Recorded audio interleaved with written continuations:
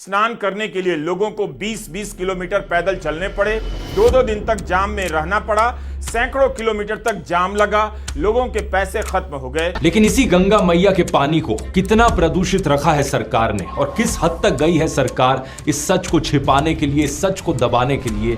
गिद्ध और सुअर कौन है? क्या लाशों को श्रद्धांजलि देने वाले प्रधानमंत्री या गृह मंत्री? किसी ने सच कहा कि महाकुंभ में जिसने जो तलाशा उसको वह मिला, गिद्धों को केवल लाश मिली, सुअरों को गंदगी मिली।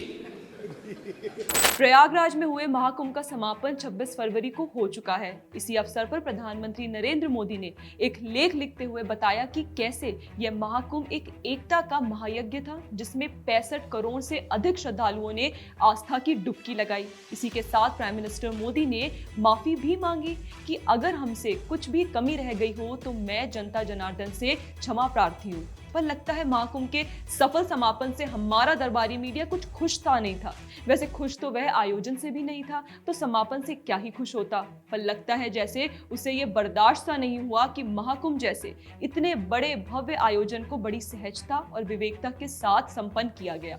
यही कारण था कि रवीश चचा, ध्रुव राठी और उल्टा चश्मा की प्रज्ञा मिश्रा जैसे लोगों में आक्रोश सा पैदा हो गया। रवीश जैसे लोग इस बात से दुखी थे कि प्रधानमंत्री मोदी ने योगी आदित्यनाथ के सुअर और गिद्ध वाले बयान पर माफी नहीं मांगी।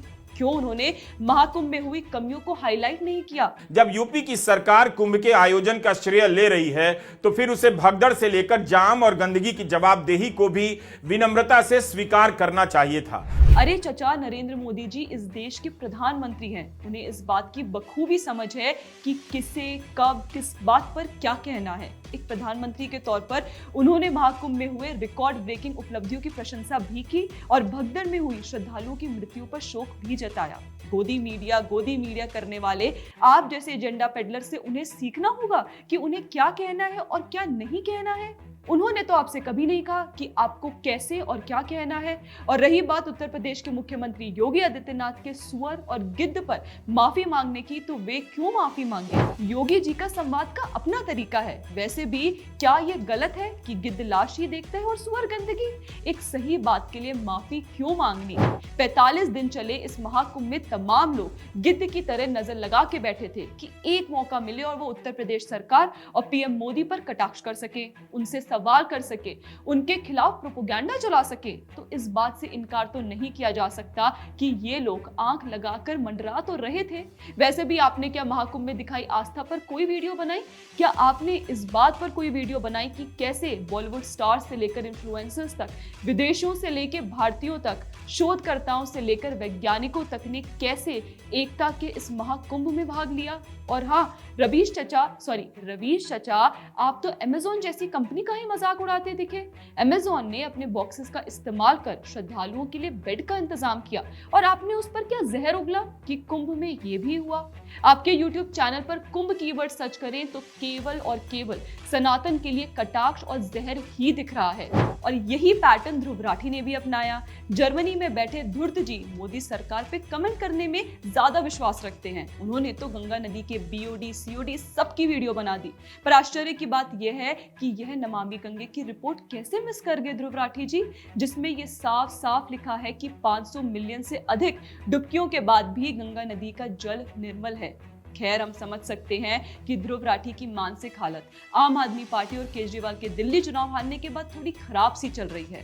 खैर, आगे चलते हैं और आपको बताते हैं कि कैसे यही दरबारी होने का किरदार प्रज्ञा मिश्रा ने निभाया, जिनका मानना है कि राजधर्म में यह कहता है कि अगर पत्ता भी खड़केगा तो जिम्मेदार राजा ही होगा।